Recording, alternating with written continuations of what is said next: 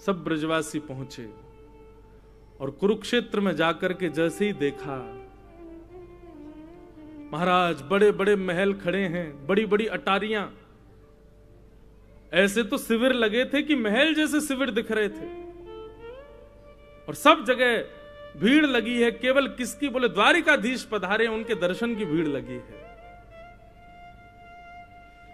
यशोदा मैया, नंद बाबा एक दूसरे के हाथ पकड़ करके और छड़ी हाथ में लेकर के घूमते हुए जा रहे हैं। यशोदा मैया बोली, आपने मोसो कही कि वहां तो लाला आवेगो, लाला मिलेगो, यहां तो कोई सुधई नहीं पड़ रही, लाला कहाँ है? बोले आप चिंता क्यों कर रही हो, अभी मिलेंगे ना लाला से, अभी पूछूं कहाँ है ठाकुर जी। अब तो नंद बाबा भोरे बारे ब्रजवासी वहां जाकर के लोगों से कहें, भैया कन्हैया कहाँ है? द्वारिका के लोग बोले, कौन कन्हैया? अरे कन्हैया श्री कृष्ण। अरे अरे भैया ऐसे कन्हैया कन्हैया क्यों बोल रहे हो? जगत प्रतिपालक, राजाधिराज, देवकी नंदन, वसुदेव नंदन, ब्रज उर चंदन, श्री कृष्णचंद्र जी महाराज, सम्मान से नाम लीजिए उनका, राजाधिराज हैं। नंद बाबा कहने लगे, हाँ भैया अब इतना लंबो तो याद होएगा ना हमें, तो अब कृष्ण ही, श्री कृष्ण कहाँ है? द्वारिकाधीश श्री कृष्ण कहाँ है? बोले सामने वो जो पूरी लंबी कतार खड़ी है ना दर्शनार्थियों की, वो सब उन्हीं के दर्शन करने जा रहे हैं। सूर्य ग्रहण का समय है, पूरे विश्व भर के भारतवर्ष के ऋषिगण आए हैं। ठाकुर जी का तुलसी अर्चन चल रहा है, ठाकुर जी का सहस्त्रार्चन चल रहा है, भीतर भगवान के पुष्पार्चन चल रहे हैं। यशोदा मैया, नंद बाबा तुलसी अर्चन, पुष्पार्चन, सहस्त्रार्चन समझ ही नहीं पा रहे, ये होवे का है भैया? बोले अच्छा। भीड़ लगी है चारों तरफ ठाकुर जी के दर्शन की, और वही भीड़ में श्री नंद यशोदा पहुंचे। द्वारपालन से जाके कहें, भैया कन्हैया यहीं भीतर ही बैठो है? बोले श्री कृष्ण कन्हैया? बोले जी जी जी, हाँ वो द्वारिकाधीश जी यहीं विराज रहे हैं, हमें वहां को दर्शन करने मिल सके। द्वारपाल ने पूछी, आपको परिचय? बोले भैया हम ब्रजते पधारे हैं, हम नंद बाबा हैं जी, यशोदा मैया है। 11 वर्ष 56 दिन ठाकुर जी हमारे पास ही रहे ब्रज में, बहुत दिन है गए, 100 वर्ष है गए, तो आज उनके दर्शन करवे आए। जैसे सुने नंद यशोदा, द्वारपाल के नेत्र सजल हो गए, दंडवत हो गए चरणों में। बोले भगवान आप श्री नंद बाबा हैं, आप श्री यशोदा मैया हैं? बोले जी। बोले भगवान मैं आपको कहा बताऊं, वर्णन को विषय नहीं है, लेकिन हमारी द्वारिका में ठाकुर जी भले ही वसुदेव जी के पुत्र हैं, भले ही यशोदा मैया के, भले ही देवकी मैया के पुत्र हैं, पर आज भी हमारी द्वारिका में जन्माष्टमी में पूरा द्वारिका गावे, नंद घर आनंद भयो जय कन्हैया लाल की, यशोदा के लाला भयो जय कन्हैया लाल। अरे कहां तक कहें, स्वयं देवकी वसुदेव भी यही कीर्तन को गावे कि नंद घर आनंद भयो। आज नंद बाबा के दर्शन है रहे, चरण पकड़ लिए, चरणन की धूल अपने माथे से लगाने लगे। आप भीतर पधारो, 4-5 सैनिक लगा दिए, बोले इनको लेके भीतर आओ। भीड़ बड़ी लगी है महाराज, ठाकुर जी की अर्चना चल रही है, ठाकुर जी सिंहासन पर बैठे हैं, संत महापुरुष कोई तुलसी अर्चना कर रहे हो, कोई पुष्प अर्चना कर रहे हैं, ठाकुर जी बैठ करके प्रेम से अपनी अर्चना करवा रहे हैं। इतने में एक द्वारपाल गया दौड़ा दौड़ा, बोले ठाकुर जी ब्रज से नंद यशोदा मैया पधारे। नंद यशोदा नाम सुनते ही ठाकुर जी को स्मृति नहीं रही कि मैं कहां हूं, क्या चल रहा है, किस भाव में है। ठाकुर जी के तुरंत नेत्र खुले, बोले कहा कही तेने भैया, कौन पधारे? बोले नंद यशोदा मैया आए, सामने आ रहे हैं देखो। जैसे ही सिंहासन पर बैठे हुए ठाकुर जी ने यशोदा मैया को देखो, ठाकुर जी कूदे नहीं, इतने देहाभिमान शून्य हो गए, देह की सुध नहीं हुई कि ठाकुर जी वहीं मानो जैसे मूर्छा अवस्था में गिर पड़े हों।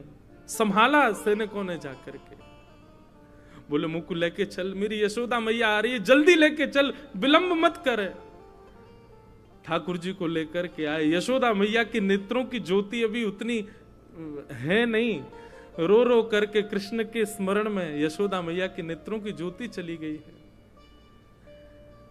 ठाकुर जी गए, जाकर के अपने सबसे प्रथम तो मुकुट को यशोदा मैया के चरणन में पधराया, और जैसे ही यशोदा मैया के मधुर चरणार बिंदों को अपने हृदय से लगाए, ठाकुर जी छोड़े नहीं। समस्त पटरानियां खड़ी हैं, बड़े बड़े ऋषि महापुरुष खड़े हैं, सूर्य ग्रहण का काल है, सब यहां अर्चना वंदन कर रहे हैं, बड़े बड़े ब्राह्मण तप में बैठे हैं, जप में बैठे हैं, और यहां एक अलग ही दर्शन हो रहा है। द्वारिकाधीश श्री यशोदा मैया के चरणों से लिपट करके करुण क्रंदन कर रहे हैं। यशोदा मैया ने नीचे झुक करके लाला को उठायो, हृदय से लगायो, कभी लाला के नेत्रन को स्पर्श करें, कभी कान को स्पर्श करें, कभी नासिका को स्पर्श करें, मुख को स्पर्श करें, और स्पर्श करके मैया कह रही, लाला तू तो बड़ो ही ना भयो, तू तो बिल्कुल नेक्सो सोई है। जैसे स्पर्श को भाव, जैसे स्पर्श को सुख तेरो बाल्यकाल में, लाला तेरो अभी भी वैसो ही है। इतना रोए द्वारिकाधीश। यशोदा मैया ने जो वस्त्र धारण किए थे सब गीले हो गए ठाकुर जी के अश्रुओं से। महामंत्री सेनापति सब विचार कर रहे हैं, आसन लगाओ, सिंहासन लगाओ। ठाकुर जी बोले, दूर करो सबको, मैया तू जल्दी बैठ भूमि पर। यशोदा मैया बैठ गई, और जैसे कोई 1, 1.5 वर्ष, 2 वर्ष, 3 वर्ष को बालक गोद में लिपट करके, गोद में लेट करके और मैया के वक्ष से लिपट जाए, ऐसे द्वारिकाधीश राजाधिराज सामने नाती खड़ा है, सामने ठाकुर जी के परपोते खड़े हैं, सामने ठाकुर जी के पुत्र खड़े हैं, और ऐसी स्थिति में श्री यशोदा मैया के हृदय से लिपट करके ठाकुर जी उनके वक्ष को टटोल रहे। मैया से कह रहे, मैया मुंह को अपना दूध पिवाए दे। यशोदा मैया से लिपट गए और बार बार कह रहे, मैया मुंह को क्षमा कर दे, मैं तुमको वचन दे के गयो लेकिन नहीं आयो, मैया मुंह को क्षमा कर दे। यशोदा मैया और ठाकुर जी के इस मधुर मिलन को देखकर के द्वारिका के लोग अपने प्रेम पर प्रश्न चिन्ह उठाने लगे। क्या हम वास्तव में द्वारिकाधीश से प्रेम करते हैं? ये कैसा प्रेम इन ब्रजवासियों का? नंद बाबा यशोदा ठाकुर जी के चरणों का स्पर्श कर रहे हैं, केश में हाथ घुमा रहे हैं।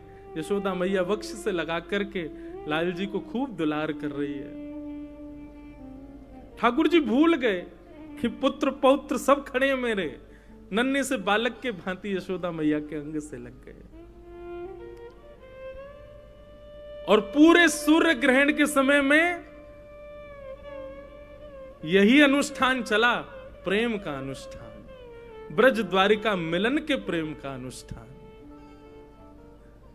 सब द्वारिकावासी ब्रजवासियों को खोज रहे हैं, कहां है ब्रजवासी, और सब ब्रजवासियों को खोज खोज करके अपने हृदय से लगा रहे हैं। बोले, आप भी ब्रज से हैं? बोले, हाँ हम ब्रज से हैं। जो ब्रज को दिख जाए द्वारिका के लोग दौड़ करके जामे, उनको हृदय से लगामे। सब ब्रज द्वारिका मिलन महोत्सव कर रहे हैं।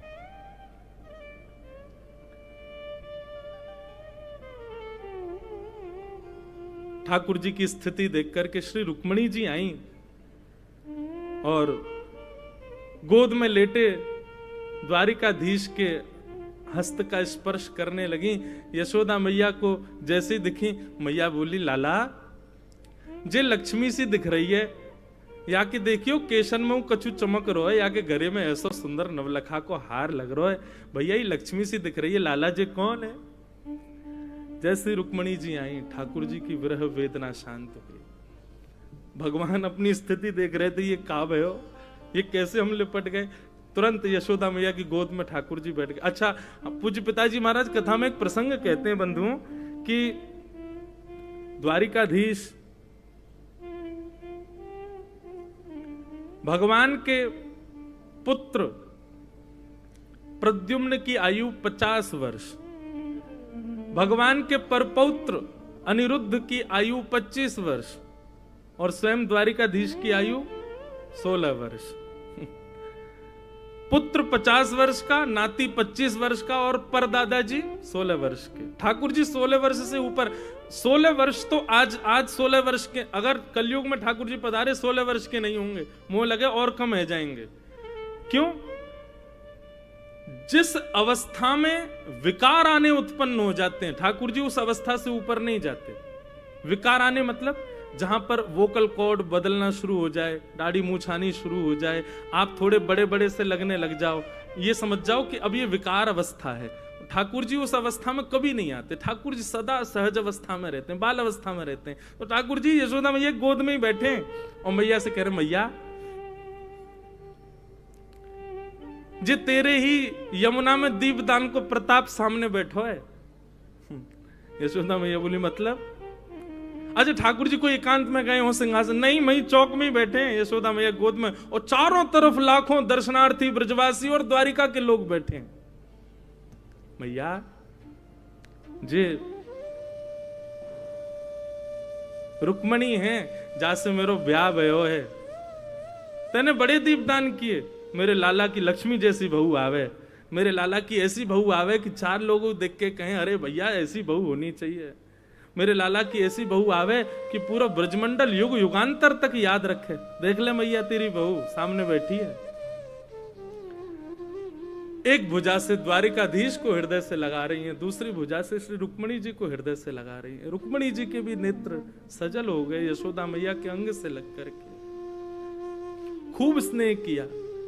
अष्टपटरानियों को अपने हृदय से लगा करके यशोदा मैया ने जो उनके पास था, कड़ूला, कंगन, हाथ, बोले अब तो पहले तो लाला कोई मुख दिखाई भई ना, आज ही है रही है तो आज ही ये अनुष्ठान चला था सूर्य ग्रहण पर कुरुक्षेत्र में, प्रेम का अनुष्ठान।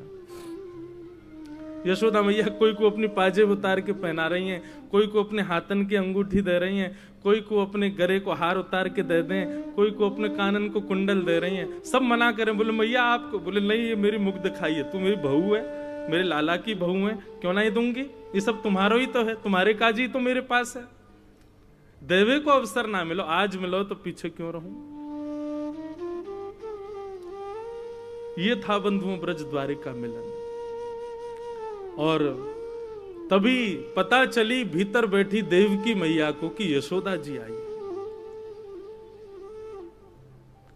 देवकी और वसुदेव जी दोनों पधारे। यशोदा मैया के कान में ठाकुर जी बोले, मैया सामने देवकी मैया आई है, मैया को कम दिखाई दे ना, या हमारे ठाकुर जी संबंध को परिचय दे रहे हैं। बोले मैया देवकी मैया सामने आई है। देवकी मैया को देखते ही यशोदा मैया दंडवत साष्टांग प्रणाम करने लगी। देवकी मैया कह रही, अरे बहन कहा कर रही हो। बोले विधाता कृपा करे तो आपके चरणन की कण से मुंह पे नेक अनुग्रह है जाए तो या जन्म में तो ना मिलो, लेकिन अगले जन्म में कृष्ण जैसा पुत्र मुंह को भी प्राप्त हो, ऐसा अनुग्रह मुंह पे है जाए। देवकी मैया के चरणन से लग गई। देवकी मैया ने उठाकर के हृदय से लगाया। ये मधुर मिलन, खूब स्नेह दे रही हैं एक दूसरे को। बोले आपको पुण्य कितना श्रेष्ठ है, कन्हैया जैसो लाला आपके घर भयो। बोले मेरे पुण्य की कहा कहोगी बहन, मेरे तो 6 बालकन को कंस ने मार दियो, 7वें बालक को जन्म नाय भयो, 8वें बालक के रूप में कन्हैया आयो, पर कंस तो इतना क्रूर राजा, जन्म लेते ही बालकन को मार दे। ये तो आपके और नंद बाबा को प्रताप हो कि हमारो लाला सुरक्षित रहो। 11 वर्ष 56 दिन तक आपने वह को खूब ध्यान रखो। आज भी हमारी द्वारिका में कोई यो ना के देवकी के लाला की जय, सब यूं ही के नंद यशोदा के लाल की जय। नंद घर आनंद भयो जय कन्हैया लाल की। हर जन्माष्टमी आपके ब्रज को छोड़े भय, भले ही लाला को 100 वर्ष है गए होंगे, लेकिन हमारी द्वारिका में तो आज भी द्वारिका वासी नंद घर आनंद भयो, यशोदा के लाला भयो। और मैं कोई को रोकू ना हूं, मुझको भी तो वही में सुख मिले। यशोदा मैया और देवकी का मिलन हुआ। सब ब्रज अवध के लोग, ब्रज और द्वारिका के लोग मिल रहे हैं। द्वारिका के लोग बहुत सम्मान कर रहे हैं ब्रजवासियों का। ये स्थिति देख करके सब भूल गए किसके क्या जब चल रहे हैं, क्या अनुष्ठान चल रहे हैं। हवन की सारी अग्नियां ठंडी पड़ गई महाराज। जहां प्रेम की बाढ़ आ गई हो वहां कौन सी अग्नि जल सके। ऐसा मधुर मिलन हो रहा है। तभी एक सखा ने जाकर के ठाकुर जी को संकेत किया, लाला श्री जी पधारी हैं। श्री जी का नाम स्मरण सुनते ही ठाकुर जी मंत्रमुग्ध हो गए। एक बार को ठाकुर जी भूल ही गए कि हम द्वारिकाधीश हैं, पर श्री जी का नाम सुनते ही तो ठाकुर जी की व्याकुलता और बढ़ गई। बोले कहां है? बोले कुंज में विराज रही हैं, आप चलो।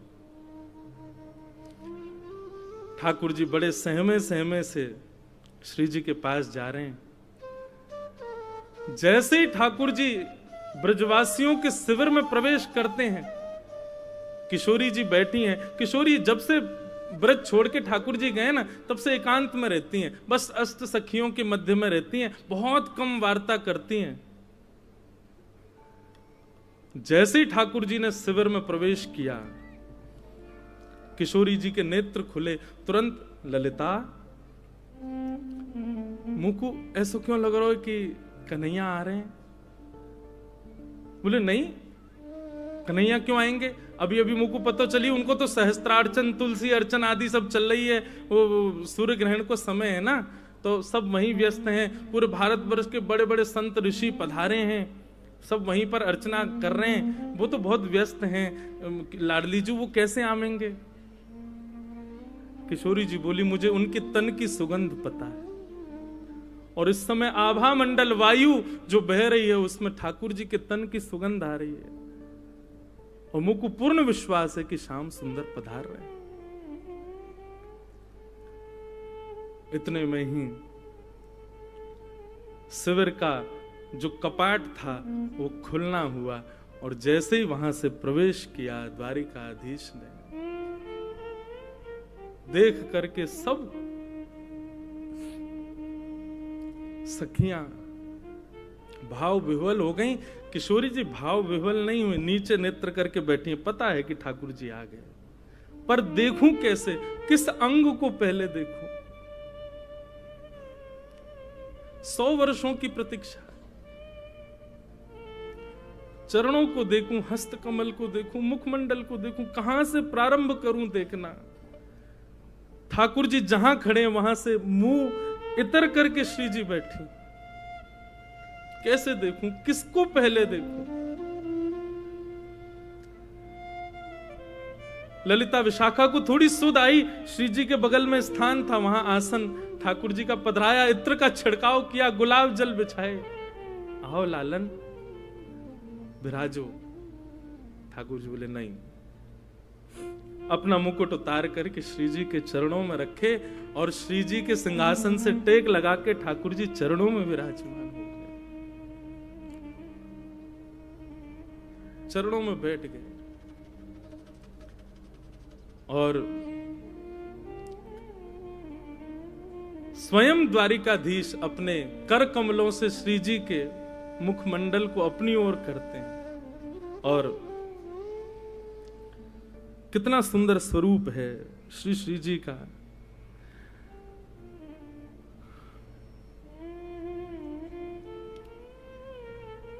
स्वामी श्री हरदास जी महाराज का एक पद है बंधु, ठाकुर जी क्या कहते हैं श्री जी को देख करके?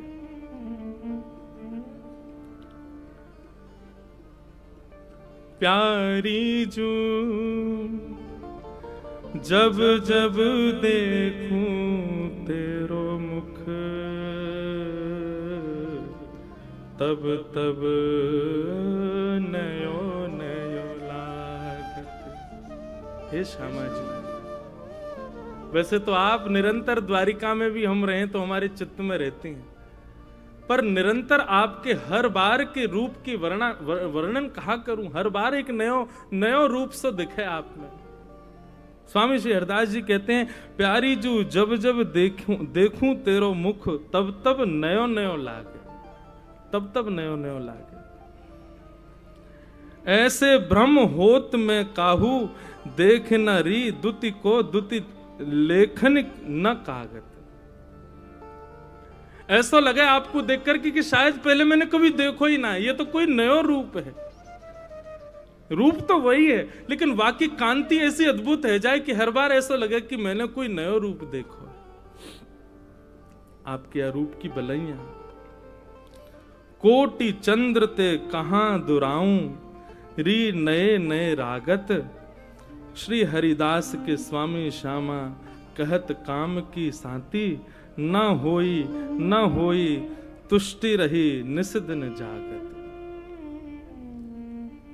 कोटि कोटि चंद्रमान से भी यदि आपकी नजर बलैया उतारूं तो भी फीको लगे, ऐसो मधुर स्वरूप है ठाकुर जी। श्री जी को, किशोरी जी को मुखमंडल देखा और जैसे किशोरी जी का मुख अपनी ओर किया, श्री जी के नेत्र ठाकुर जी के नेत्रों से मिले। अब श्री जी भी अपने सिंहासन से उतर करके नीचे विराजमान हो गए और विराजमान होकर के कहती हैं, श्याम सुंदर, 100 वर्ष की प्रतीक्षा के बाद आए हो, कछु दोगे नहीं मुझको? ठाकुर जी बोले, जो मांगोगे सो देंगे, आप आज्ञा करो एक बार, कहा चाहिए? बोले, जादन आप ब्रज छोड़ करके गए, हमसे एक वचन लेकर के गए कि हे श्यामाजू, एक अश्रु बिंद भी यदि पृथ्वी पर गिरा तो मैं अपनी लीला उसी समय संवरित करके प्रस्थान कर जाऊंगा। यदि आप चाहती हैं कि आगे की लीला संवरण हो, आगे की लीला व्यवस्थित चले, तो आप मुझे वचन दीजिए कि एक अश्रु बिंदु भी आपके नेत्रों से नीचे पृथ्वी पर गिरना नहीं चाहिए। प्रलय आ जाएगा, पृथ्वी रसातल में चली जाएगी। आपके वह वचन को निर्वहन करते भई आज 100 वर्ष है गए, एक अश्रु बिंदु भी मेरे नेत्रन से नहीं आई है। मैं आपसे यही मांगना चाहूं, आज मुझ को आज्ञा दे दो। वो जो हृदय में सागर, वो जो हृदय में तालाब नदी बन चुका है और नदी के भाव से अब सागर बन चुका है, वाकु अब यहां से प्रस्थान करन दो। मुझ को रोवे को वरदान दे दो, मैं थोड़ा रोना चाहूं। 100 वर्षन से 2 कार्य श्री जी ने नहीं किए, एक तो सोई नहीं है, दूसरी नेत्रों से एक अश्रु बिंदु भी प्रकट नहीं किया। और आज ठाकुर जी के उस मधुर रूप को देख करके श्री जी कहती हैं, आप आज्ञा करो। ठाकुर जी भाव विह्वल हो गए, हृदय से लगा लियो। चिन्मय चैतन्य स्वरूप श्री जी और ठाकुर जी एक दूसरे में विलीन हैं लगे। सब सखियां रूप को देख करके आनंदित हैं लगी। ठाकुर जी के द्वारिका रूप, द्वारिकाधीश रूप से वह रूप को धुला करके अब वृंदावन चंद के रूप में उनको तैयार करने लगी। टेढ़ो पाग, टेढ़ो से मुकुट सिर पर धारण करायो, कारी कमरी पहनाइए, हाथन में शंख चक्र गदा पद्म थे, 2 भुजा वाले ठाकुर जी है गए। कर में मुरली पधरा दई, ठाकुर जी की कारी कामर डाल करके चंदन को इत्र लगायो, ठाकुर जी की मधुर पत्रावली को श्रृंगार करके श्री जी के बगल में बैठा दिए। द्वारिकाधीश साक्षात कृष्ण रूप दिख रहे हैं। सब सखियां सहचरियां इस रूप को देख करके कह रही हैं, लाला 100 वर्ष पहले के रूप को देख करके आज तक जीवित रही, अब आज यार युगल रूप को देख के आगामी 100 वर्ष तक तुम ना भी दिखोगे तो भी रह लेंगे, बस आज दिख गए यही बहुत है।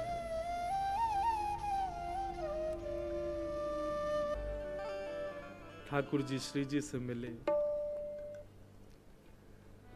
सब सखियों ने ठाकुर जी का ब्रज नंदन के रूप में श्रृंगार किया और श्रृंगार करके श्री जी के बगल में बैठाए और बैठा करके खूब नेत्रन से निहारो। और बंधुओं, अब यहां ब्रज द्वारिका मिलन महोत्सव में निभृत निकुंज का रास हुआ। 100 वर्ष के पश्चात द्वारिकाधीश रास कर रहे। केवल अष्ट सखियां हैं, किशोरी जी हैं और श्याम सुंदर है। रास बिहार हुआ।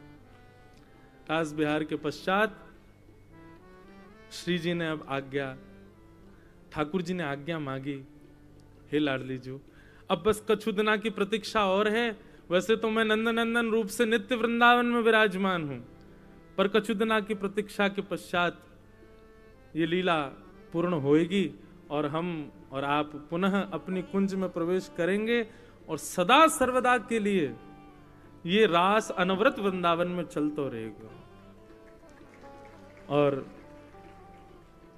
श्री जी बोली, फिर से समय दे के जा रहे हो आप? पहले परसों को समय दे के गए, और या बार तो आप, पिछली बार तो चलो परसों के भरोसे हम रह लें, इस बार तो आपने परसों भी नहीं कहा है। ठाकुर जी चरणन में गिर गए, बोले मुझको क्षमा कर दो, ये लीला करना बहुत आवश्यक है। अभी यदुवंशी को संहार आदि सब क्रिया है, आपकी आज्ञा से सब होएगा। वह को पूर्ण करते ही मैं वैकुंठ नहीं जाऊंगा। कहा करूं वैकुंठ ही जाए, नहीं जाऊंगा, सीधे वृंदावन आऊंगा, और सदा सर्वदा के लिए वृंदावन में हम आप निवृत्त निकुंज में लीला विहार करेंगे। ब्रज द्वारिका में मिलन में यह वचन किशोरी जी ने दियो, ठाकुर जी ने दियो। किशोरी जी जिद्दी नहीं है, किशोरी जी पीछे थोड़ी पड़े हैं ठाकुर जी के, जामे आपकी रुचि। जैसा आपको, कितना सुंदर भाव भाई जी का ये, मैंने पहली बार गाया, मुझे तो आता भी नहीं, बस गा दिया। ऐसे 16 गीत हैं, एक गीत ठाकुर जी गाते हैं, फिर दूसरा गीत किशोरी जी गाती हैं, फिर एक गीत ठाकुर जी गाते, फिर किशोरी जी गाती हैं। ऐसे भाई जी ने आज ही सुबह जब देख रहा था तो हमारा एक बालक हमसे बोले, महाराज जी कभी श्री जी की कृपा हो तो अगले या कभी भी, कोई वचन नहीं दे रहा हूं, पर ठाकुर जी के ही उत्सव में, वर्ष भर तो हम कथा करते हैं, ये तो हमारी लाल जी से चर्चा है, इसमें कभी 16 गीत गाएंगे, पूरे 16 गीत जो ठाकुर जी और श्री जी के हैं, और उन्हीं पे ही चर्चा, जो यथामति शक्ति गुरुजनों की आज्ञा लाल जी की इच्छा से होगी वो करेंगे।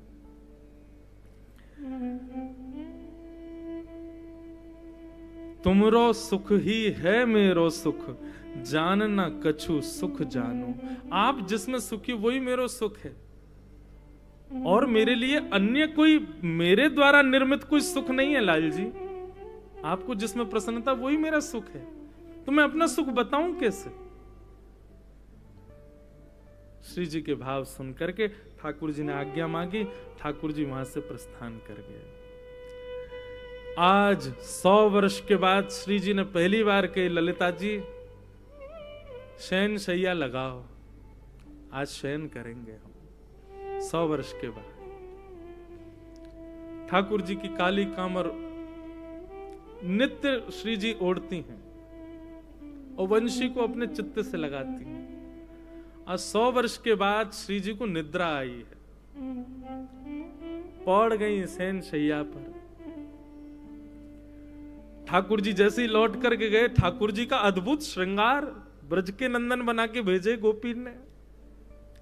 ऐसा श्रृंगार तो कभी द्वारिका में भी नहीं हुआ ठाकुर जी का। श्रृंगार को देख करके महाराज रुक्मणी को यह भी भान नहीं रहा कि मैं रुक्मणी हूं। ऐसा रूप, ऐसा सौंदर्य, ऐसा श्रृंगार। श्याम सुंदर, हे द्वारिकाधीश, कहां गए थे आप? ये इतना सुंदर श्रृंगार। ठाकुर जी के नेत्र ही बता रहे थे कहां गए थे। नेत्रों में हल्के हल्के अश्रुबिंद हैं, नेत्र लाल पड़े हैं। समझ गई रुक्मणी जी कि श्री जी पधारी हैं। ठाकुर जी तो जाकर के अपने कक्ष में विराजमान हो गए, लेकिन रुक्मणी जी की व्याकुलता बढ़ गई अब कि मैं जाऊं, मैं भी श्री जी का दर्शन करूं। अपनी अष्ट सखी, अष्ट भगवान की पटरानियों को संग लेकर के श्री रुक्मणी जी गई हैं श्री जी का दर्शन करने के लिए। आज श्री जी पौड़ी हैं, पहली बार 100 वर्ष बाद सोई। ललिता विशाखा को बड़ो चैन मिलो है, द्वार पर बैठ गई हैं। बोले कि अब चाहे ब्रजवासी अपनो ग्रहण आदि पूर्ण करके चली जाए, श्री जी तो तभी जाएंगी जब निद्रा पूरी होगी। 100 वर्ष की निद्रा है। मधुर सुगंधी ठाकुर जी के अंग की आ रही है, कारी कमरी हो रही भई है, वंशी चित्त से लगी भई है। श्री जी मधुर शयन कर रही हैं। जैसे ही रुक्मणी जी आई, रुक्मणी जी के आते ही श्री जी उठ करके अपने आप बैठ गई और बोली, ललिता जरा देखियो, मुझे लगा श्याम सुंदर फिर आ गए। बोले अब कहा भाई, अब तो श्याम सुंदर नहीं आए थे। बोले श्याम सुंदर को हृदय से लगा के रुक्मणी जी आई तो उनके तन की सुगंधी रुक्मणी जी में से आ रही थी और श्री जी को उसी से ही भान हो गया कि श्याम सुंदर आए। उठ के बैठ गई श्री जी। बोले ललिता देखियो द्वार पर श्याम सुंदर आए। ठाकुर जी फिर आए हैं। अब की बार द्वार खोल करके देखा तो रुक्मणी जी खड़ी हैं। आहा, द्वार खोला था श्री ललिता जी ने। ललिता जी की रूप माधुरी देखते ही श्री रुक्मणी जी तो नतमस्तक हो गई, प्रणाम करने लगी कांति देख करके। हे श्यामा जू, हे लाडली जू, आपको बारंबार प्रणाम करूं, आपकी बलैया लऊं, ऐसा सुंदर रूप, ऐसा सुंदर माधुर्य। ललिता जी ने तुरंत उठाई, बोली नहीं, मैं ललिता हूं। श्री जी तो भीतर विराज रही है, शयन कर रही हैं आज, आप कहो। रुक्मणी तो बस बोले ही नहीं पाई, शब्द ही चले गए। बोले कि ये दासी की सुंदरता है तो श्यामाजू की सुंदरता क्या होगी? नेत्रों में सामर्थ्य नहीं है देखने की। एक बात कहूं बंधुओं, कई प्रश्न और कई भाव आते हैं कि वृंदावन में श्री जी के दर्शन क्यों नहीं है। या को एक भाव यही है कि श्री जी को देखवे की सामर्थ्य केवल और केवल ठाकुर जी में, हम में है ही ना है, हम देखे ही ना सके उनको, या हमारे श्री जी के दर्शन हो में ही ना है। और एक बात कहूं, ठाकुर जी दिख जाएंगे, ब्रजवासी दिख जाएंगे, ब्रज की पूरी लीला काउदना प्रत्यक्ष दिख जाएगी, लेकिन श्री जी को देखवे के लायक हमारे पास नेत्र है ही ना है, उनके दर्शन तो ना है सके। उनकी तो बस कृपा ही इतनी है, उनको तो भाव ही इतना कि वाकू बोलते बोलते रसिक जन भावुक कह जाएं। श्री जी को नाम गाते गाते लोग कितने वर्षन की समाधि में चले। और इनकी छोड़ो, श्रीमद् भागवत के वक्ता श्री शुकाचार्य जी महाराज, श्री शुक मूर्छित भय मास षट, 6 महीने के लिए मूर्छित हो गए शुकाचार्य जी श्री जी का नाम बोलते ही। जिनका नाम, जिनका रूप, जिनकी लीला, जिनके केवल अनुभव मात्र से ऐसी स्थिति हो जाती है, वो प्रत्यक्ष दिखेंगी हमको? संभव नहीं, हम में सामर्थ्य नहीं। रुक्मणी जी आदि आई, बोले श्री जी के दर्शन करने। ललिता जी बोली आज शयन में है, और ये कोई साधारण शयन नहीं है, 7 वर्ष के पश्चात का शयन है। या हमारे हम किशोरी जी को उठाए ना सकें, पर आपकी बहुत इच्छा है तो झरोके में से श्री जी को दिखा देंगे। और एक झरोके में लेके गई। बंधु एक बात कहें, वृंदावन दर्शन की रीति है, प्रत्येक श्याम सुंदर को नेत्रों से मत देखो। कोई खंबा हो, कोई व्यक्ति आगे खड़ा हो, उसके पीछे छुप के श्याम सुंदर को देखो, उनके दर्शन नहीं करो, उनको ढूंढो कहां है। प्रत्यक्ष जाकर के आप श्याम सुंदर को 2 नेत्रों से देखने का प्रयास करते हैं, वो दर्शन नहीं है। वो दर्शन द्वारिका में चल जाएगा, जगन्नाथपुरी में चल जाएगा, वृंदावन तो झरोकों से देखने का विषय है। वहां तो छुप के देखो, स्वयं को छुपा करके देखो। रुक्मणी जी ने जैसे ही झरोके में से झांका, कारी कमरी ओढ़ी है श्री जी ने, वक्ष पर ठाकुर जी की वंशी वेणु को लगाए श्री जी लेटी हैं। और बस उसी समय रुक्मणी जी का देखना हुआ, और उसी समय श्री जी ने कारी कमरी में से नेक अपनो चरण बाहर निकारो, और वह चरण को देखते ही महाराज रुक्मणी जी के सारे आर्थ नष्ट हो गए, सारा अहंकार नष्ट हो गया, जो भी विषाद रहे होंगे भीतर वह भी नष्ट हो गए। बस पूर्णतया ललिता जी के हाथ पकड़ लिए, बोले मुझे वापस नहीं जाना, अब मुझे इनके चरणों में ही रहना है, मुझे वापस नहीं जाना। आप कृपा करो, मुझको भी दासी बना दो, मुझको भी संग सहचरी रख लो, मुझे द्वारिका नहीं जाना। ये स्थिति है श्री किशोरी जी के चरणारविंदों की, कि नित्य ठाकुर जी के संग रहने वाली रुक्मणी जी ठाकुर जी का त्याग करने को राजी हो गई, लेकिन किशोरी जी के चरण नहीं छोड़ेंगे। अभी मुख तो देखा ही नहीं है, अभी तो चरण देखे हैं श्री जी के। क्रंदन करने लगी, भाव क्रंदन रुदन करने लगी श्री रुक्मणी जी, मुझे चरणों में रख लो, धन धन राधिका के चरण, ऐसे चरणारविंद श्री जी के, मुझे इनकी सेवा करनी, एक बार स्पर्श करा दो बस। मैं आपको और कुछ नहीं कहूं, मुख देखने की भी इच्छा नहीं, बस चरण का दर्शन करा दो, एक बार समीप ले जाकर के नेक चरणन से मेरो स्पर्श करा दो बस। तब ललिता आदि विशाखा भाव विह्वल रुक्मणी जी को दोनों भुजाओं से उठा करके चल भी नहीं पा रही हैं, लेकर के जैसे ही कक्ष में आई, श्री जी के चरणार बिंदों का जैसे ही स्पर्श किया, उठ करके बैठ गई। किशोरी जी रुक्मणी जी को देखा, रुदन कर रही हैं, अविरल अश्रुधार, और जैसे ही श्री जी के मुखमंडल को देखा रुक्मणी जी ने, रुक्मणी जी कह रही है कोई पूछ लो मुझसे कि श्री जी कैसी दिखती हैं, कोई तो पूछो मुझसे कि श्री जी का दर्शन कैसा है। पहली बात तो वर्णन कर नहीं पाऊंगी, और दूसरा अगर आप पीछे पड़ जाओगे तो बता नहीं पाऊंगी, बस ले चलूंगी कहां, श्री जी के पास नहीं, श्याम सुंदर के पास, और श्याम सुंदर को ले जाकर के सुंदर चुनरी पहनाऊंगी, सुंदर आंखन में काजर लगाऊंगी, उनके घुंघराले केशन को खोल दूंगी, बस अपने भाव से उनके श्याम वर्ण को गौर वर्ण कर दी, समझियो यही है श्री जी, यही है किशोरी जी, यही है हमारी लाडली जी। कोई अंतर नहीं है, कोई भेद नहीं है। रुक्मणी जी तो ये आश्चर्य में है कि दोनों एक से ही दिखते हैं, बिल्कुल ऐसे ही नेत्र हैं श्री जी के, वैसे ही नेत्र हैं ठाकुर जी, वैसे ही नासिका, वैसे ही ओष्ठ, पलक झपकने को तरीका भी सबन को अलग होवे, श्री जी और ठाकुर जी पलक भी वैसे ही झपके जैसे एक ही है, बिल्कुल कोई अंतर नहीं। रुक्मणी जी से ज्यादा कौन जाने 24 घंटा ठाकुर जी की सेवा में रहे, गर्दन हिलावे को, बोलवे को, उठवे को, अचकवे को, सब बिल्कुल एक जैसा है, बस गौर वर्णा है, वो श्याम वर्ण है, कोई अंतर नहीं।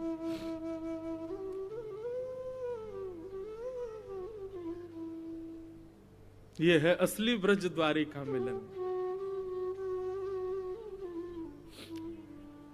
खूब देर तक श्री जी के चरण सेवा करती रही। श्री जी अपने हस्त कमल से रुक्मणी जी के मस्तक को फेरती रही।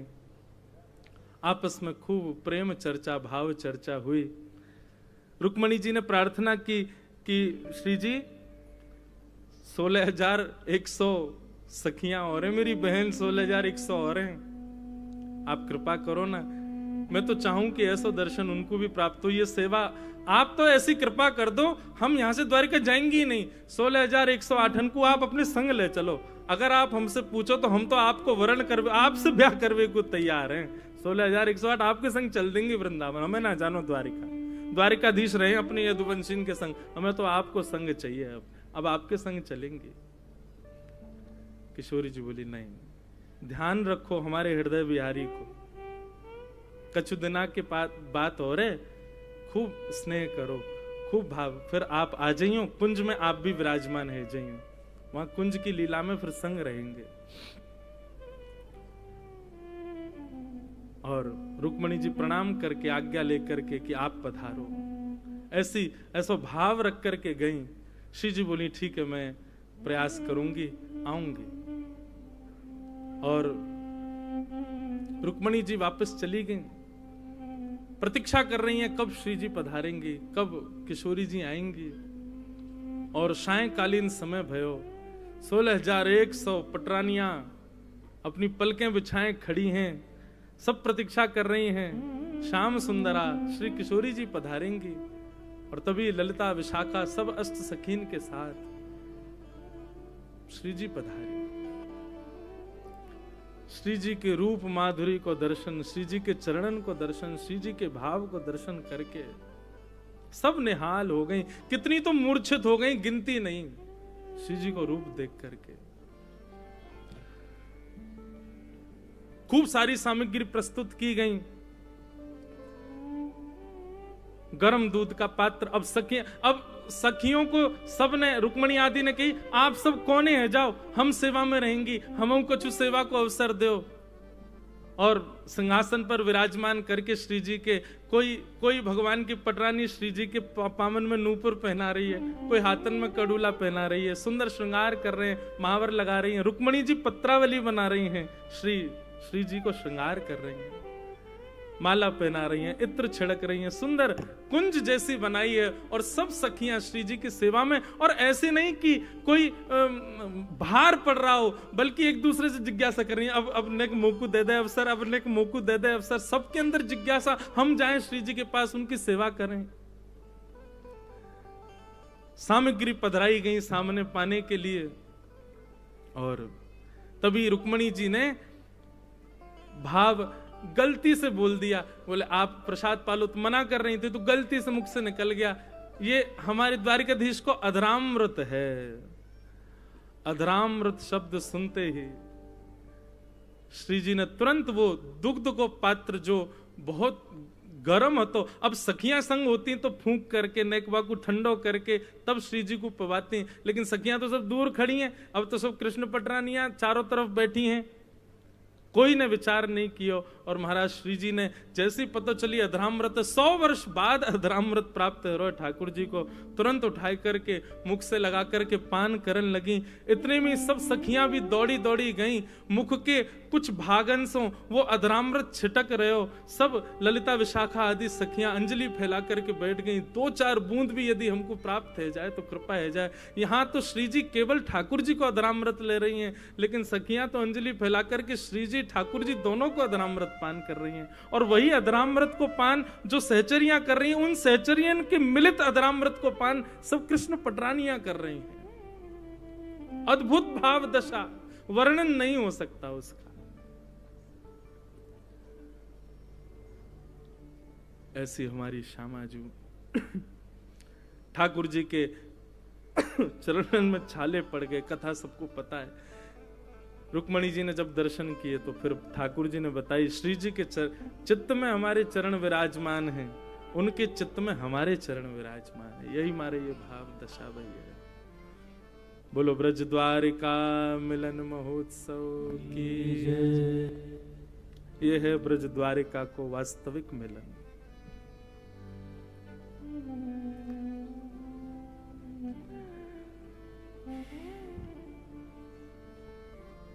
आज कथा को भाव कहीं और ही चलोगे, लेकिन ब्रज द्वारिका मिलन महोत्सव यही तो है वास्तविकता। ऐसो प्रेम, ऐसो भाव, ऐसी श्यामाजू से हम बारंबार प्रार्थना करें कि किशोरी जी आप कृपा करो, ठाकुर जी प्रसन्न हो जाएं।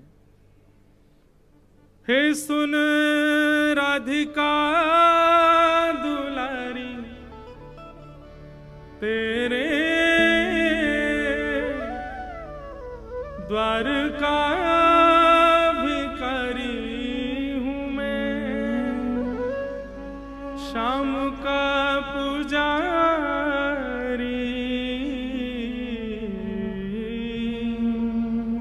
पीड़ा है हमारी हमें श्याम ना मिला,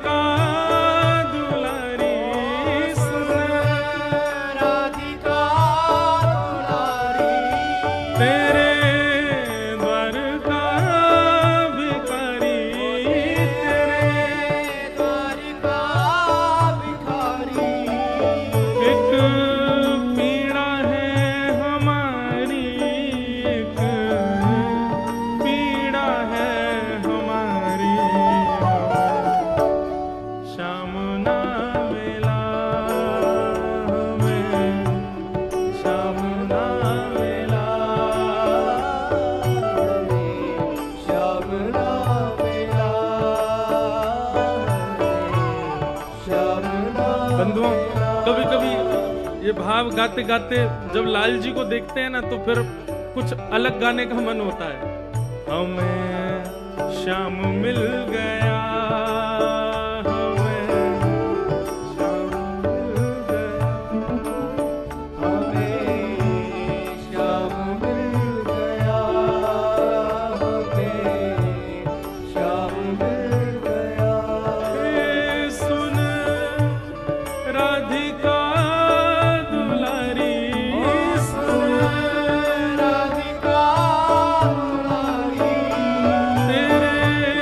द्वार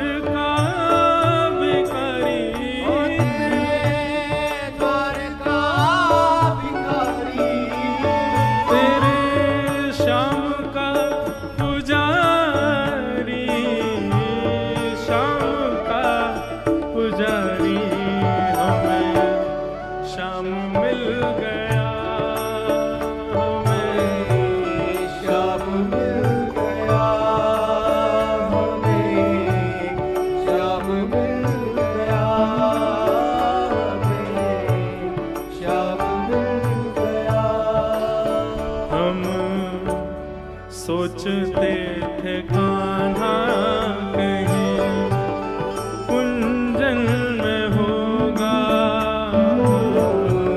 सोचते थे कान्हा